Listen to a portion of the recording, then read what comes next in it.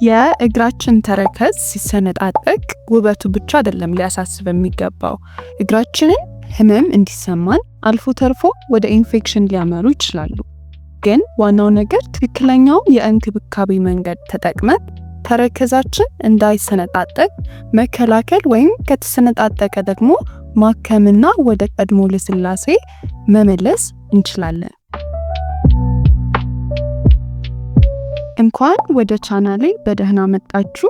ዛሬ ስለ ተረከዝ መሰነጣጠቅና መድረቅ መንስኤዎችና መፍትሄዎችን የምንነጋገር ይሆናል። አብራችሁን ሁኑ። የተረከዝ መሰነጣጠቅ መንስኤዎች። እግራችን በመጀመሪያ ለምን እንደሚሰነጣጠቅ በመረዳት እንጀምር።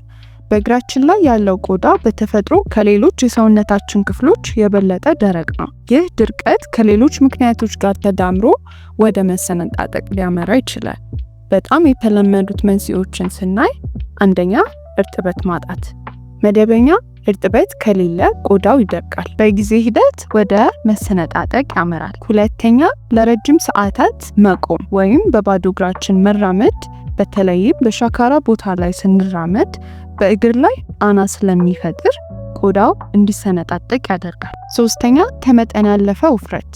ከመጠን በላይ ክብደት ስንጨምር በእግሮቻችን ተረከዞች ላይ ጫና ስለሚጨምር ለድርቀትና ለመሰነጣጠቅ የተጋለጡ ያደርጋቸዋል። አራተኛ የህክምና ሁኔታዎች እንደ ኤግዜማ፣ ሶራይሲስ ወይም የስኳር በሽታ ያሉ ሁኔታዎች የተሰነጠቀ እግሮችን ሊያስከትሉ ወይም ሊያባብሱ ይችላሉ። አምስተኛ ልካችን ያልሆነ ጫማ ማድረግ።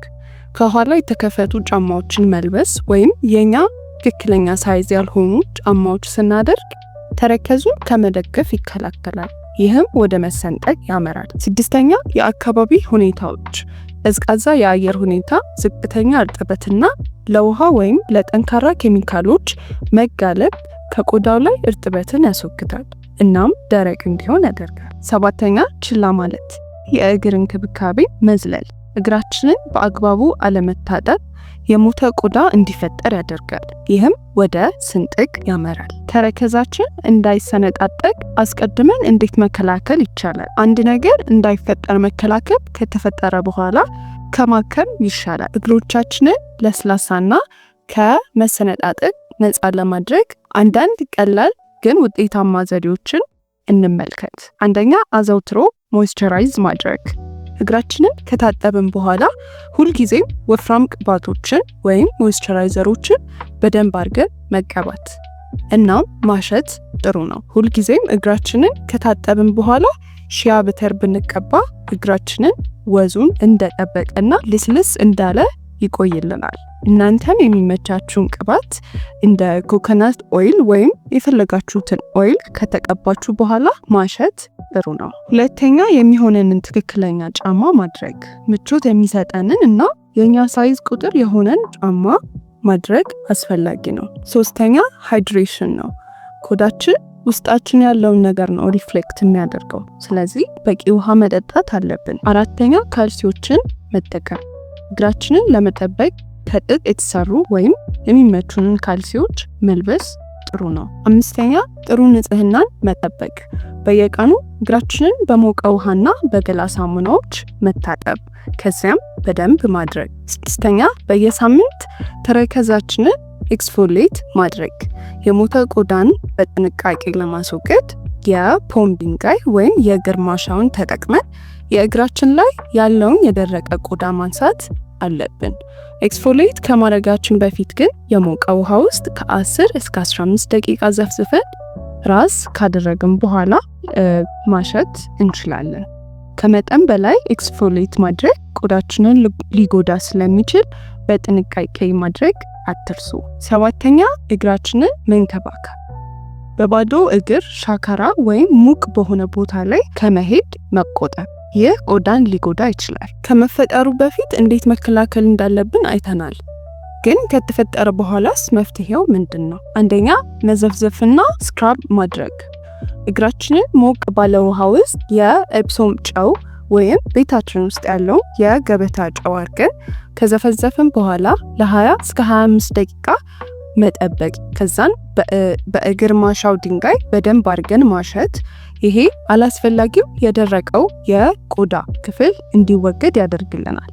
ከዛም የሚመቸንን ስክራብ አዘጋጅተን መቀባት ጥሩ ነው። እኔ የምጠቀመው ቤት ውስጥ በቀላሉ ማዘጋጀት የምንችለው ስክራብ ሲሆን ቡና፣ ማር እንዲሁም የኦሊቭ ኦይል ወይም ኮኮናት ኦይል አንድ ላይ በማዋሃድ ውህዱን እግራችን ላይ አሳርገን ማሸት። ከዛም በፌስታል ጠቅልለን ለ15 ደቂቃ ማቆየት። ቡናው ቆዳችንን እንዳይጭረን ማሳጅ በምናደርግበት ጊዜ ጥንቃቄ ያስፈልጋል። ሁለተኛ በደንብ ሞይስቸራይዝ ማድረግ።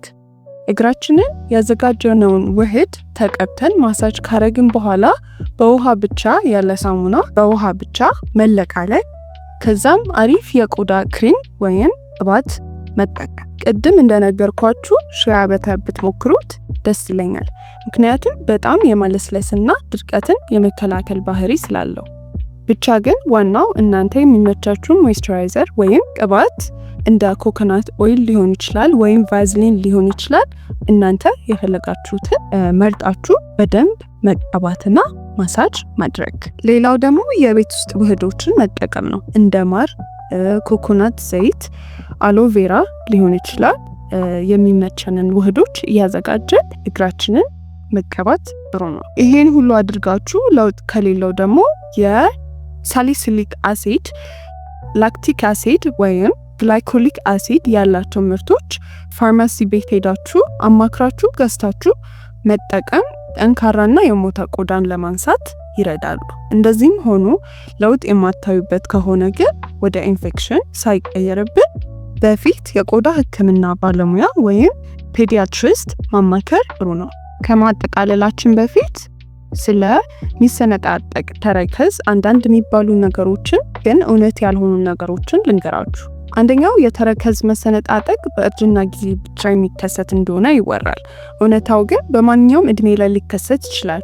በተለይም በአግባቡ የእግር እንክብካቤ የማናደርግ ከሆነ በማንኛውም እድሜ ላይ ሊከሰት የሚችል ነገር ነው። ሁለተኛ የእግር ማሳጅ ድንጋዮችን ተጠቅመን በኃይል ስለፋቅን ብቻ የተሰነጣጠቀ ተረከዝ ይስተካከላል የሚለው ነው።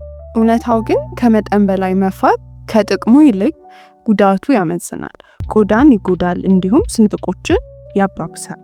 ሶስተኛ የደረቀ ተረከዝ በራሱ ጊዜ ይስተካከላል ብሎ ማሰብ ነው።